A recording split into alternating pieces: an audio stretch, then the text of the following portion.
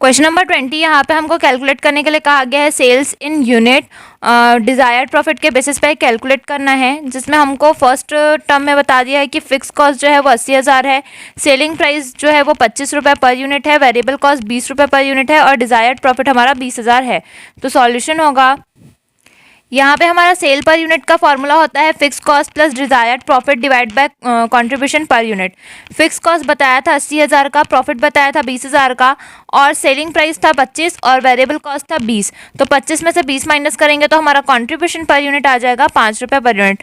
तो इसको दोनों को जोड़ के 5 से डिवाइड करेंगे तो 20,000 यूनिट हमारा सेल आ जाएगा। बी क्वेश्चन में हमको फिक्स कॉस्ट बता दिया था 40,000 का, कंट्रीब्यूशन पर यूनिट बताया था 30 रुपये और डिजायर्ड प्रॉफिट पर यूनिट था 10 रुपये। तो इसको सॉल्यूशन यहाँ पे हमारे सेल्स का फॉर्मूला हो जाएगा fix cost divide by contribution per unit minus desired profit per unit. Fix cost हमारा था 40,000 का, कंट्रीब्यूशन था 30 रुपये पर यूनिट और डिजायर्ड प्रॉफिट था 10 रुपये पर यूनिट। 30 में से 10 माइनस करेंगे तो आएगा 20, 40,000 में से 20 को डिवाइड करेंगे तो 2,000 रुपये पर यूनिट हमारा सेल्स आ जाएगा। सी नंबर के क्वेश्चन में हमारा फिक्स कॉस्ट है 30,000 का, वेरिएबल कॉस्ट पर यूनिट है 30 रुपये का, कंट्रीब्यूशन पर यूनिट है 20 रुपये का, डिजायर्ड प्रॉफिट 10% है सेलिंग प्राइस का। तो इसके लिए सॉल्यूशन होगा, अब यहाँ पे हमको डिजायर्ड प्रॉफिट बताया था 10% है सेल का, तो हमको सबसे पहले सेल कैलकुलेट करना होगा, जिसके लिए variable cost plus contribution per unit करना होता है। तो वेरिएबल कॉस्ट हमारा 30 था और कंट्रीब्यूशन पर यूनिट 20 रुपये था, दोनों को प्लस करेंगे तो 50 रुपये हमारा सेल आएगा।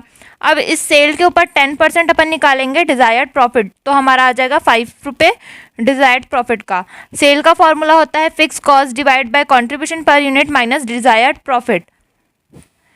तो हमारे यहाँ पे फिक्स कॉस्ट आ गया 30,000 का और कंट्रीब्यूशन पर यूनिट था 20 रुपये का, माइनस करेंगे 5 तो आ जाएगा 15। 30,000 में से 15 डिवाइड करेंगे तो 2,000 यूनिट हमारा सेल आ जाएगा।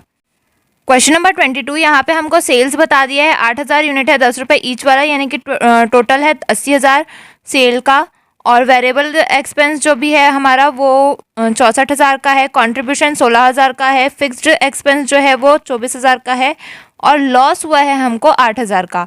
तो हमको यहाँ पे बोला गया है बीईपी कैलकुलेट करने के लिए, तो इसके लिए सॉल्यूशन होगा, बीईपी का फॉर्मूला होता है रुपीस टर्म में fix cost into sales divide by contribution.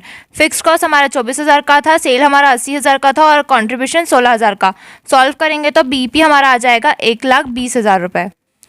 साथ ही हमको यहाँ पे क्वेश्चन नंबर बी में कहा गया है कि अगर 8,000 लाभ हमको चाहिए तो हमको कितनी बिक्री की आवश्यकता है, मतलब 8,000 अगर हमको प्रॉफिट कमाना है तो हमको कितना सेल करना होगा। तो इसके लिए सॉल्यूशन है, सेल का फॉर्मूला यहाँ पे होता है fix cost plus profit divide by contribution per unit. Sale fix cost हमारा था 24,000 का, प्रॉफिट हमारा था 8,000 क्योंकि हमको प्रॉफिट 8,000 कमाना है और 2 रुपये कंट्रीब्यूशन पर यूनिट हमारा था। तो जब अपन 24,000 और 8,000 को जोड़ करके 2 से डिवाइड करेंगे तो हमारा सेल आ जाएगा 16,000 यूनिट का। अब यहाँ पे हमारा कंट्रीब्यूशन जो था वो 16,000 का था और 8,000 हमारा टोटल यूनिट था, तो 16,000 डिवाइड बाय 8,000 करें तब हमारा यहाँ पे 2 रुपये पर यूनिट कंट्रीब्यूशन आया है। हाँ, और इस तरीके से हमारा सेल्स आ गया 16,000 यूनिट का। और सेल्स अगर अपन को रुपीस टर्म में चाहिए तो फिर हम यूनिट इंटू जो भी पर यूनिट का रेट रहता है उसको करते हैं। तो 16,000 यूनिट है हमारा और 10 रुपये पर यूनिट सेल का वैल्यू था, तो 16,000 में से 10 इंटू करेंगे तो 1,60,000 हमारा सेल्स का रुपीस टर्म में वैल्यू आएगा।